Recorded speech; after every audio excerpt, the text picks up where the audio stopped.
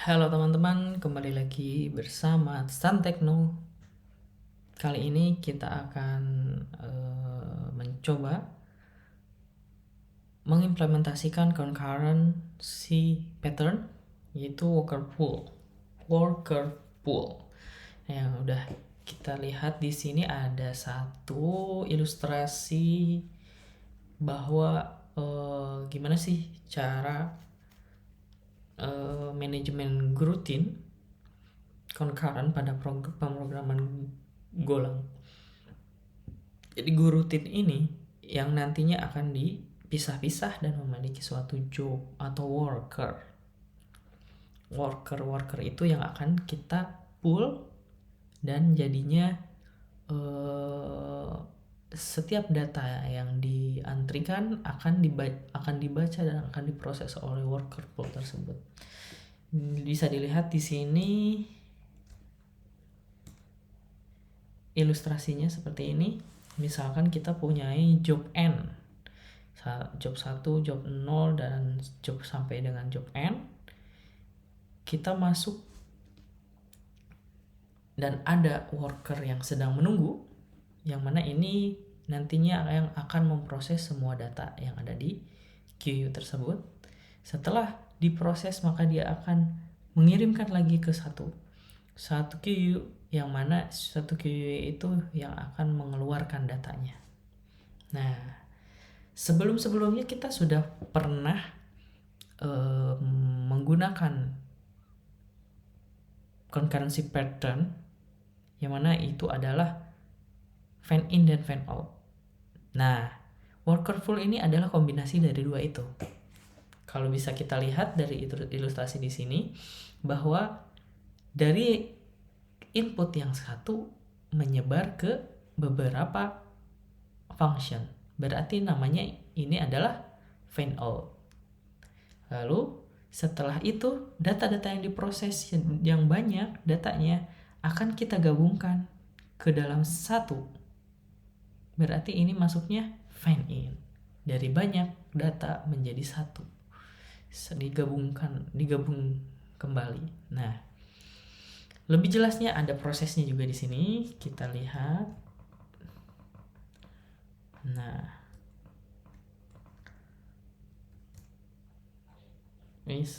misalkan proses yang pertama nih, kita punya beberapa batch task atau job, yang mana ini akan disimpan atau dikirim, di-push semuanya ke dalam suatu job channel. Ini secara logika dulu ya, kita jelaskan logika dasarnya. Nah, setelah itu di dalam channel ini kita simpan blok-blok, yang mana nantinya itu si worker pool ini akan mengonsumsi data-data yang di sini. Setiap ada data yang masuk ke sini, worker pool akan mengambil datanya. Dan worker pool ini kita initiate. Misalkan worker poolnya mau berapa, terus nanti datanya ada berapa, kayak gitu. Setelah diproses dari worker pool, kita langsung mengirimkan, si worker pool itu mengirimkan ke dalam satu channel lagi, yang mana channelnya itu menyimpan data result. Nah, setelah data result, maka kita keluarkan datanya atau diproses lagi gitu. Diproses lagi dalam proses yang lain. Nah, atau di sini juga ada pengecekan. Kalau misalkan dalam satu proses itu ternyata terlalu lama ataupun prosesnya itu stuck, maka kita perlu ada pengecekan cancel gracefully. Nah, di sini biar tidak saling menunggu dan biar si proses ini berjalan dengan lancar, maka kita perlu set timeout-nya. Oke, itulah gambarannya ya untuk di sini. Lalu di sini ada juga saya infokan bahwa ini first queue dari tasknya. Misalkan nih task 1, 2, 3 sampai dengan N, dan worker ini misalkan ada 1, 2, 3 sampai N. Nah, nanti si worker ini akan ngambil data-data 1, data kedua, data 3, dan sampai ke N, data berapa. Nah, di saat data tersebut sudah diambil oleh worker, maka prosesnya pun akan berbarengan. Nah, dalam satu contoh, dalam 1 second pertama, tas-tas misalkan ada 5 worker, maka tas-tas itu akan diambil oleh 5 worker ini. Misalkan worker pertama tas yang ke-1, yang kedua, yang ketiga, dan sampai dengan tas yang kelima. Ini bisa jadi tidak berurutan, tergantung wait atau menunggunya suatu worker itu untuk ambil data. Gitu. Oke, tanpa lama-lama kita coba langsung implementasi. Oke, ini kita kecilin dulu biar lebih mudah. Seperti biasa kita buat satu file main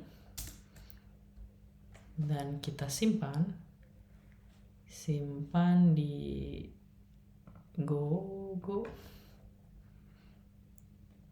golang mana ya,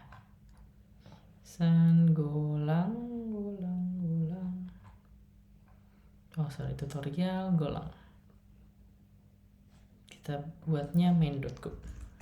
Nah, oke, setelah itu kita akan yang pertama kita buat produsernya dulu,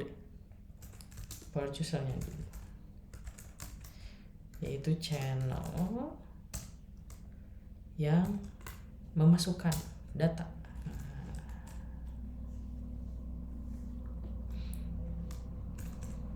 Setelah itu kita loop saja si channel ini ke dalam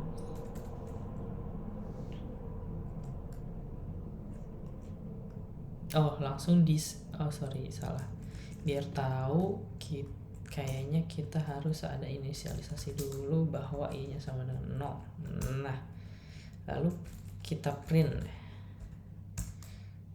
biar tahu bahwa ini tuh di send ke job mana,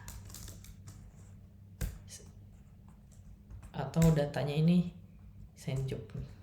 Nah, lalu masukkan ke channel dan kita tulis i++. Nah, kayak gini. Setelah itu kita juga perlu konsumernya, atau kita buat suatu function echo worker d, atau ini adalah workernya ya, in out channel integer. Nah, ini itu untuk memproses, jadi kita sediakan workernya.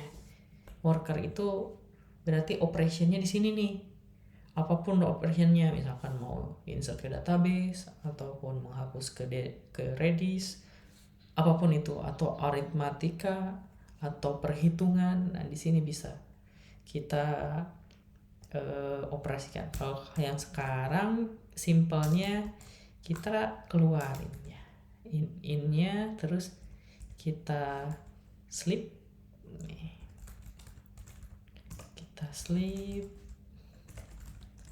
misalkan durationnya kita random juga 3000 milisecond. Nah, setelah misalkan nih ini inisialisasi, misalkan ini proses yang mana kita ilustrasikan dengan sleep.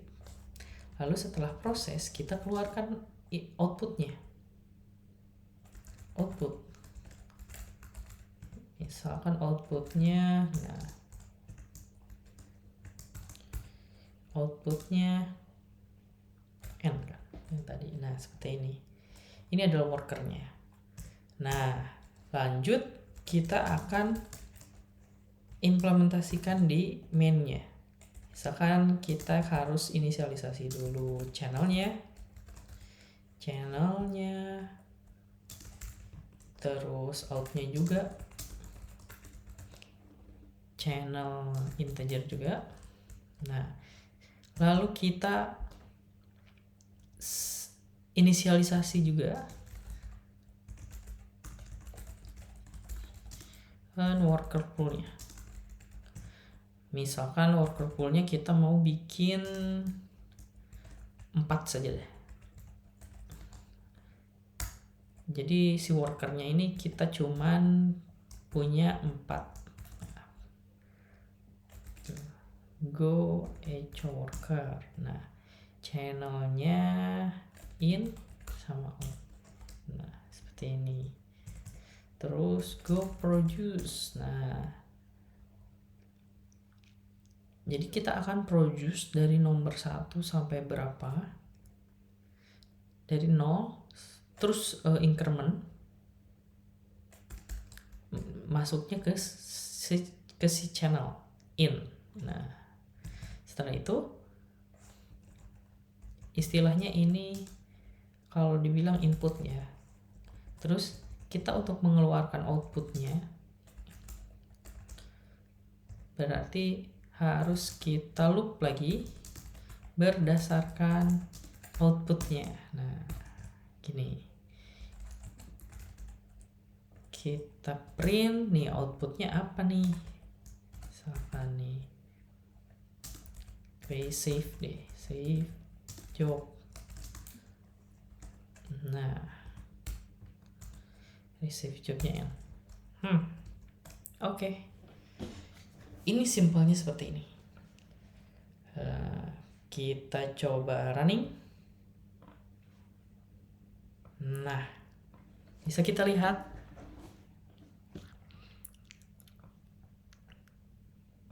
yang pertama, si producer itu mengirim 5. Kalau di sini ya betul 5. Maka si 5 itu di queue. Terus kita lihat ke send job ke mana nih dia diproses. Misalkan nih send job ke 3 ya, send job 3, terus receive job 5, receive job 4, 5, 1, 0. Kalau dilihat nggak beraturan kan, karena ini berbarengan, maka si prosesnya pun akan tidak ketahuan mana yang diproses duluan, mana yang diproses terakhir. Tapi dalam ini berarti 5 ya, 4 worker ini akan ambil datanya secara random, bukan random juga sebenarnya, tapi saling duluan, saling cepat kalau ini mana yang cepat, mana yang dia ambil. Jadi tiap worker itu bakalan mengambil satu data. Kalau misalkan udah nggak ada, ya udah si worker itu bakalan nunggu lagi. Nah, begitu. Dan begitulah prosesnya nih. Tuh. Receive banyak. Worker mana yang bakalan ngambil, worker mana yang bakalan sleep. Dalam artian sleepnya itu nunggu. Dan itulah implementasi dari cara worker pool berjalan atau running dalam Golang.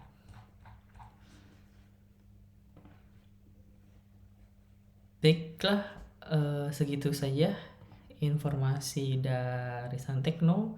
Mudah-mudahan bermanfaat. Kalau ada yang nanya silahkan, jangan lupa di komen aja.